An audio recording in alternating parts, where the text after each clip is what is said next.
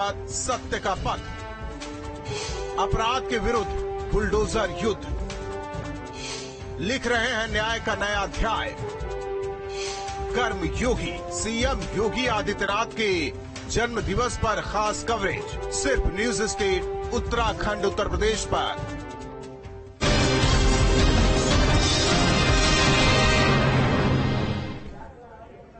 और चलिए सीधे लखनऊ लिए चलते हैं आपको, जहां पर सीएम योगी आदित्यनाथ क्या कुछ कह रहे हैं, सुनिए सर। के माध्यम से जलवायु परिवर्तन के प्राकृतिक कारणों के साथ साथ जो कृत्रिम कारण हैं उन सब पर प्रभावी नियंत्रण के लिए आज अपने पंचायत प्रतिनिधियों को भी इसके साथ जोड़ने का कार्य किया है। हम सब जानते हैं कि देश के अंदर सबसे अधिक ग्राम पंचायतें उत्तर प्रदेश में हैं। 58,000 से अधिक ग्राम पंचायतें, और उत्तर प्रदेश ऐसे राज्य में जहां पर 70% आबादी हमारी अभी भी ग्रामीण क्षेत्र में निवास करती है।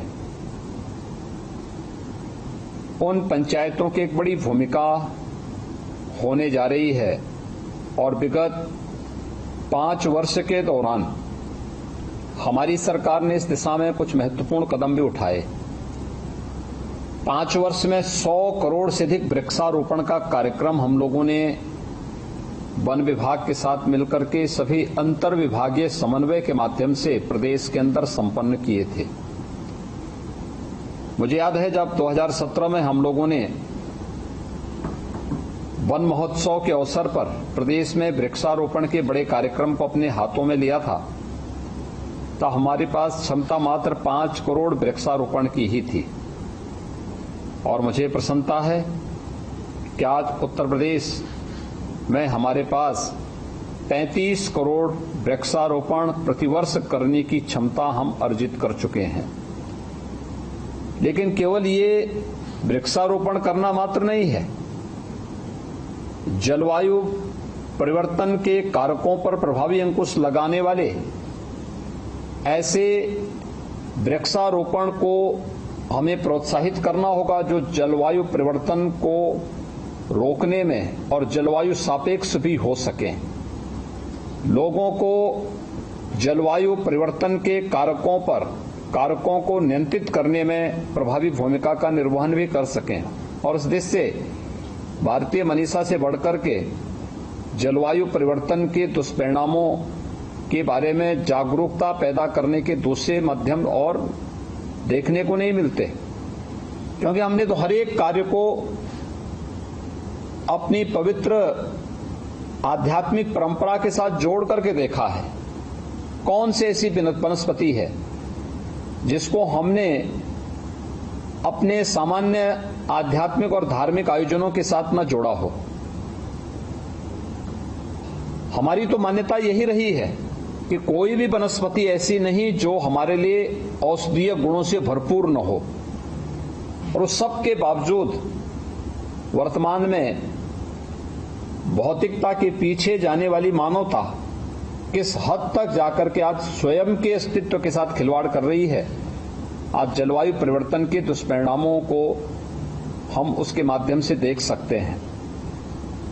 इसके कारण न केवल जीव सृष्टि के सामने बल्कि जीव और जंतु दोनों के अस्तित्व के सामने एक भारी संकट भी खड़ा हुआ है।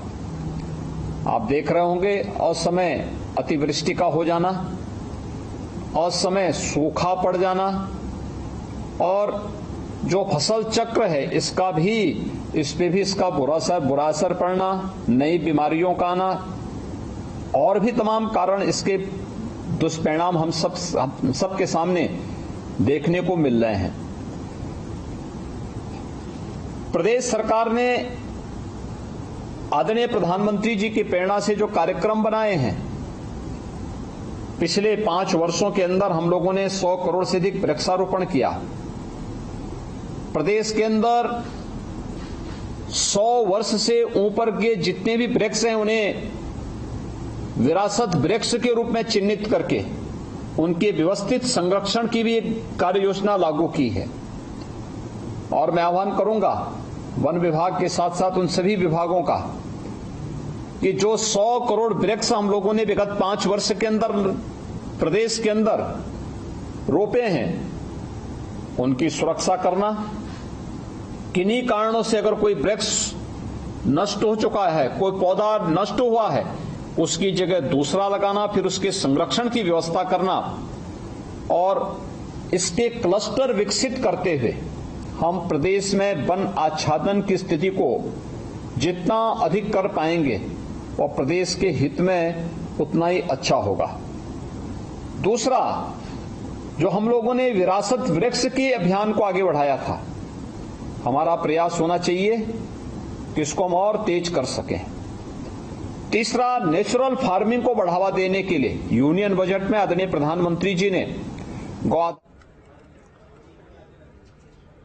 और सीएम योगी आदित्यनाथ को अभी आप सुन रहे थे, जहां पर उन्होंने जलवायु परिवर्तन को लेकर लोगों को जागरूक किया और किसानों के हित में जो फैसले लिए जा रहे हैं सरकार द्वारा, उनके बारे में भी बात कही। फिलहाल खबर 4 बजे में मेरे साथ अभी इतना ही। आप बने रहिए न्यूज़ स्टेट के साथ।